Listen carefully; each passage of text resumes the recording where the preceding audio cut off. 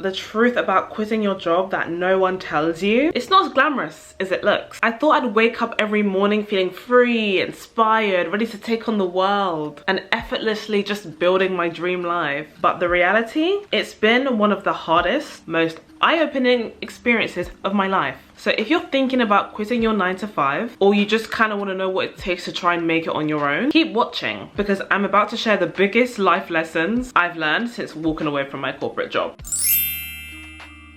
Hi everyone, I'm Hannah. If you don't know that already, like, subscribe, comment, please. At the beginning of January, I left my corporate, very stable tech 9 to 5 job to chase my dream life where I work for myself, going at it alone as a freelancer, creating content on the side, and living on my own terms. No boss, no commute, no limits. But let me tell you, this journey has humbled me really quickly. Today, I'm sharing the biggest lessons that I've learned so far and the things I wish I knew before I quit. Lesson number 1, you don't automatically become more productive. When I was working my 9 to 5 job, I used to think, oh gosh, if I just had more time, I'd get so much done. I'd be able to like do everything I want to do, achieve all of my dream goals so quickly. It turns out time isn't the problem. Yes, I know, discipline is. Just because you have 8 more free hours doesn't mean that you're going to use them wisely. Remember, no one is watching over you. Your boss isn't messaging you at the end of the day saying where's the report or where are we at with things. There is no morning catch-up meeting ironing out everything that needs to be done for the day. It's just you. No one is telling you what to do but yourself, and sometimes you will be telling yourself to do nothing. Point is, if you don't have a plan,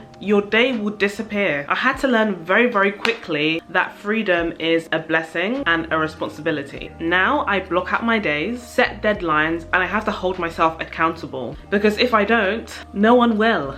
Lesson number 2 is the financial reality hits you harder than you would expect. I saved up before leaving my job, but let me tell you, watching your savings go down, watching like your rent and bills come out of your account and them not immediately being replenished, or not knowing that they are going to be replenished in a matter of like a week, 2 weeks, and no guaranteed paycheck, is a different level of stress. When you work a 9 to 5, you know exactly when your next check is coming. You might think, oh, I've spent so much this month, but you know what, payday's in a week, so we're gonna be good, we're gonna be Gucci then. But when you're self-employed, especially at the start, and I've even heard from people who've been self-employed for like a couple of years, there's still a level of uncertainty. You're still not making the exact same money that you made last month. It varies. Some months are gonna be good, some months aren't gonna be so good. And in the month of reaching out to so many people, like over email and connecting and speaking to people on LinkedIn, no one has taken me up on my offers yet. So the January amount that I made from going freelance is 0. I'm just being real with you. I'm not gonna lie and say, oh yeah, I've landed a couple contracts. Like, I'm not here to lie. I'm not here to try and pretend like, oh my god guys, it's just been so easy, I just emailed a couple people. Like, no, this is a real channel where I'm showing you the real deal. And so therefore, I have to be smart with my money. I can't be going out every weekend with my friends, buying drinks, getting Ubers. Like, no, this is the time to grind. This is the time to build. There'll be time for that later. And again, it's winter, so I'm thinking 6 months. By the time it's summer, I want to, you know, I have like my financial goals, how much I want to be making by then, at least on the side, so that I can enjoy the summer more. So these like winter months is absolute grind mode for me. Lesson is, you have to be smart with your money. If you're thinking about quitting, make sure you have savings, make sure you have a real plan, make sure you have even like a backup plan to start generating some money ASAP, because financial stress will kill your creativity very quickly. Hopefully next month I'll be able to update you with, I've gotten some cash money coming from somewhere. Lesson number 3, nobody cares until you prove yourself.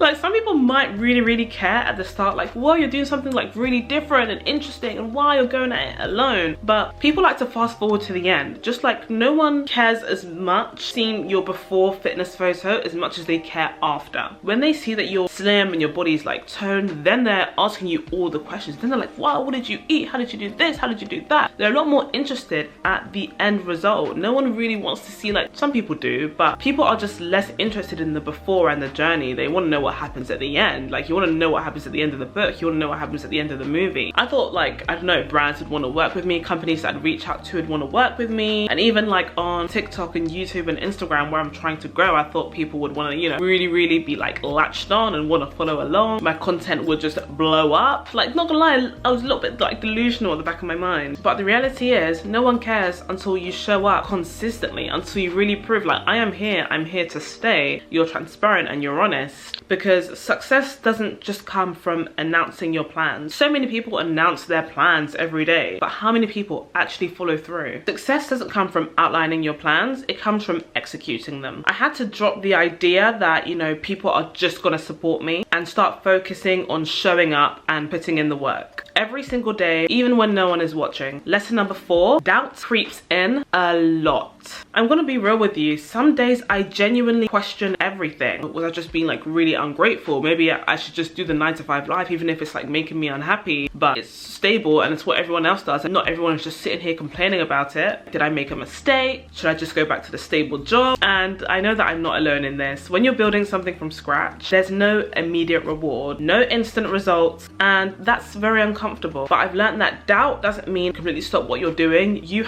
I have to give myself a chance at least to make it work, which means keep going. The people who make it are the ones who don't doubt themselves, or they let that doubt come in and they just keep going. They keep working. They keep showing up. They're the ones who push through despite it, and I am going to be one of those people by force this year. And last one, number 5, to end on a slightly higher, less depressing note, it's the best decision that I've ever made. I am a risk taker. I have quit my job before and gone into a completely different career with no backup plan, and I managed to land a role in tech, going from doing nothing to do with tech within 30 days. Okay, that's something that I've done before. I'm a risk taker, and every time I've sort of taken a risk, it sort of ended up being the best decision that I've ever made, and I've come at it the other end and I've learned something from it. Even if it hasn't gone exactly according to plan, I have learned something along the way. So for all the challenges, the self-doubt, the uncertainty, if I'm being frank, I wouldn't change a thing, and I'm being 100% honest there, because for the first time in my life, I feel in control. Every hour that I put into building my dream, every hour I put in is building my dream, not someone else's, and that's so satisfying and motivating in itself. That feeling genuinely is priceless, although I do need some cash. So if you're thinking about taking the leap, it isn't easy, but it is worth it as long as you do some planning beforehand. Just be ready to work, be ready to grow, and bet on yourself harder than you ever have done before. So what do you think? Have you ever thought about quitting your job? Or are you in the middle of building your dream life like I am? Or have you already built your dream life? Drop a comment below. I want to hear your story. I want to hear your thoughts on where you currently are in life. And if you found this video helpful at all, again, don't forget to like, comment, subscribe, hit that bell so you can stay well informed on when I'm uploading a video. I also upload a few YouTube shorts a week, just of like my daily schedule, my morning routine, because this journey is just getting started. And even if I have 0 comments, I'm going to keep showing up here every week because I said I would. So that is the end of the video. I really enjoyed this one. I honestly just, sometimes I'm not in the mood to film, but I'm so excited and I'm